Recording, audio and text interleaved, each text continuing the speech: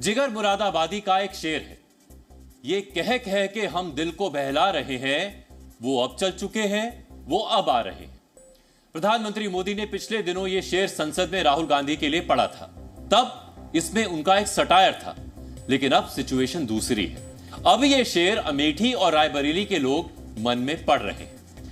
कल अमेठी और रायबरेली में चुनाव नामांकन का आखिरी दिन है, लेकिन कांग्रेस का टिकट वाला तिलिस्म है कि टूटने का नाम ही नहीं ले रहा। अमेठी और रायबरेली में कांग्रेस की मनोदशा आप कुछ इन तस्वीरों में देख सकते हैं। वर्षों पुराने कार्यकर्ता कांग्रेस का बड़ा सा झंडा लहराकर घूम रहे हैं। कांग्रेस के पुराने झंडा बरदार जागृत हो गए हैं। अमेठी में कांग्रेस दफ्तर के बाहर कटआउट पर कार्यकर्ताओं की भावना झलक रही है। उस पर लिखा है, राहुल बिन अमेठी सून। रायबरेली में भी इंतजार की पिक्चर अमेठी से अलग नहीं है। कांग्रेस के 5 न्याय और 5 गारंटियों के पर्चे छपकर तैयार हैं। बंडल बंधे हुए टेबल पर रखे हैं। इनका डिस्ट्रीब्यूशन भी हो रहा है। पढ़ पढ़कर अब तो बहुत सी गारंटियां मुंह जुबानी याद हो गई हैं। कांग्रेस दफ्तर में गाड़ियां आ रही हैं, जा रही हैं, लेकिन वो नहीं आ रहे जिनका इंतजार है। कार्यकर्ताओं में चर्चा का एक ही सब्जेक्ट है कि इतना टाइम क्यों लग रहा है। पहले तो कभी इतना लेट नहीं हुए। पता नहीं दिल्ली में क्या चल रहा है, उन दोनों का मूड क्या है। सूत्रों की खबरें 25 अप्रैल से सरकनी शुरू हुई थी। सरकते सरकते 2 मई आ गई है, लेकिन तय नहीं है कि राहुल गांधी अमेठी से लड़ेंगे या नहीं, प्रियंका रायबरेली से लड़ेंगी या नहीं। यहाँ पूरी तैयारी है। पूरी तैयारी का हम लोग स्वागत कर रहे हैं अपने आने वाले नेता का। बहुत थोड़ी देर के अंदर में आपको भी पता चल जाएगा कि हमारा नेता उसी ताकत के साथ अपने घर वापस आ रहा है। अपने नेता के लिए अमेठी पूरी तरीके से तैयार है। यहाँ के जन तैयार हैं, यहाँ का नौजवान तैयार है। सभी कांग्रेस जन देख रहे हैं कि कितना व्याकुलता के साथ इंतजार में है। जो चमक अमेठी को गांधी परिवार और कांग्रेस ने दिया, गांधी परिवार पूरी तरीके से अपनी भावनाओं के साथ उनको भारी बहुमत से जिताने के लिए तैयार है। बड़ी बेसब्री से इंतजार है सभी का, राहुल गांधी जी का और गांधी परिवार का। राहुल गांधी आज कर्नाटक में प्रचार पर थे। वहां से उनकी कांग्रेस अध्यक्ष के साथ एक तस्वीर भी आई, लेकिन इससे अमेठी और रायबरेली वाला कोई क्लू नहीं मिला। हां, अमेठी में परिवार के करीबी किशोरी लाल शर्मा और वकील साहब केसी कौशिक के पहुंचने से जरूर थोड़ी उम्मीद बंधी कि राहुल और प्रियंका कल जरूर आ रहे हैं। बताते हैं कि गांधी परिवार के हर नॉमिनेशन की फॉर्मेलिटी कौशिक साहब ही पूरी करते हैं। हम वेट कर रहे हैं उनके निर्णय का, ठीक है, वो कर रहे हैं। और जो हमारे कार्यकर्ताओं की जन भावना है, मैं भी उसी में अंदर अपने आप को समाहित करता हूं कि मैं भी यहाँ पे कार्यकर्ता की तरह ही हूँ। भले तो ये मैं कर रहा हूँ, तो इनकी जो भावना है उसी में हमारी भी भावना। इतनी देर क्यों हो रही है? क्या आपकी हाईकमान ये से बात हुई है? ये मेरे स्तर का क्वेश्चन पूछिए। वैसे सूत्र अब भी श्योर हैं कि राहुल गांधी अमेठी से जरूर लड़ेंगे और कल नामांकन के आखिरी वक्त अमेठी में दिखाई देंगे। लेकिन प्रियंका गांधी के रायबरेली से लड़ने पर चांस 50% से नीचे आ गए हैं। कल प्रियंका का यूपी के फतेहपुर में दोपहर को रोड शो भी है। इस टाइमिंग को भी जोड़ा जा रहा है।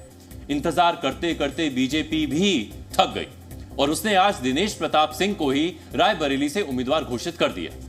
पिछली बार भी दिनेश प्रताप सिंह ही थे, लेकिन सोनिया गांधी से हार गए थे।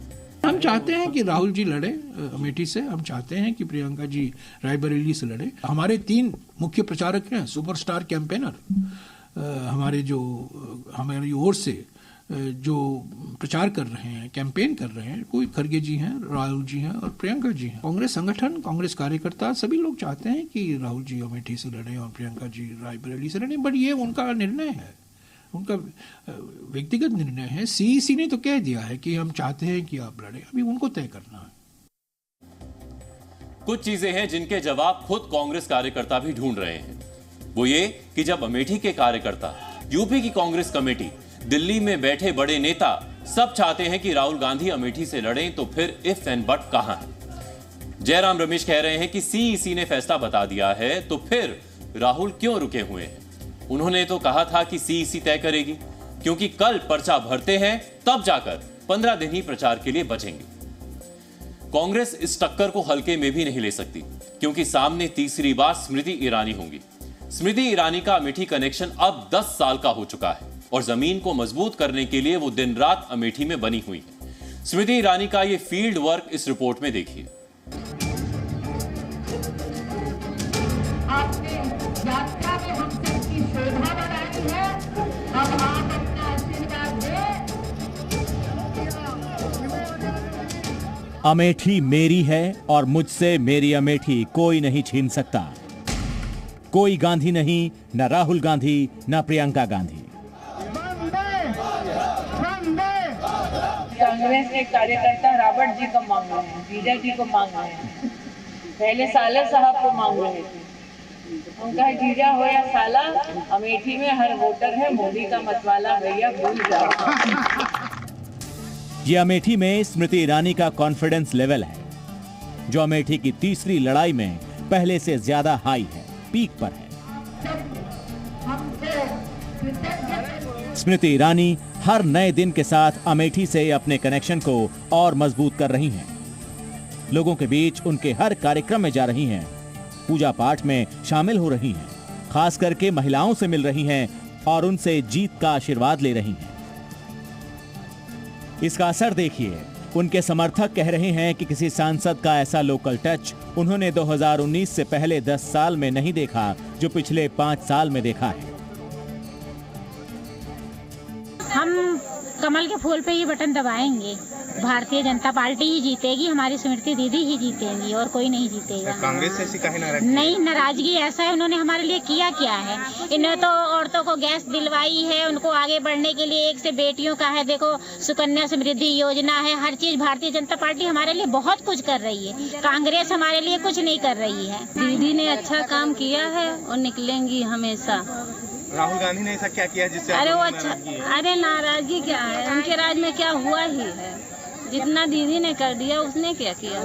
इससे पहले कभी आपसे राहुल गांधी मिलने आए थे? क्यों नहीं, कभी नहीं आए थे। दीदी तो बहुत बार आ चुकी हैं। उनके राज में चोरी रखी थी, बहुत परत रही, बहन बेटिया की इज्जत बहुत लूटी जा रही है। अब उनके राज सही है स्मृति ईरानी का।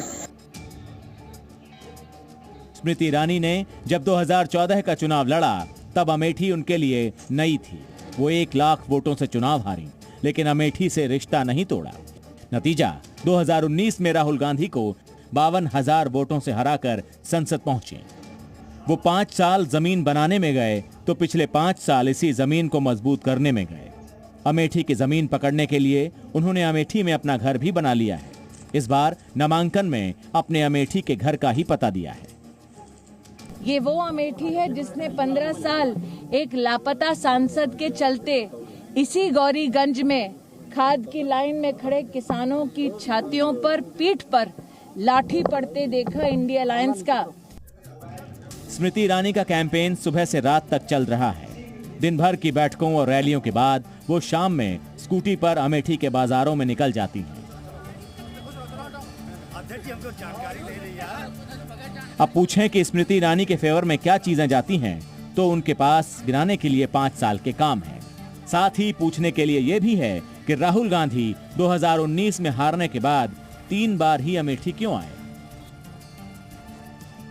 जहां गांधी परिवार का गढ़ माना जाता था जो क्षेत्र, वहां कोई काम ही नहीं हुआ था और इसीलिए 15 साल के एक लापता सांसद का 5 साल एक भाजपा के एक्टिव सांसद के साथ कंपैरिजन निश्चित रूप से होगा।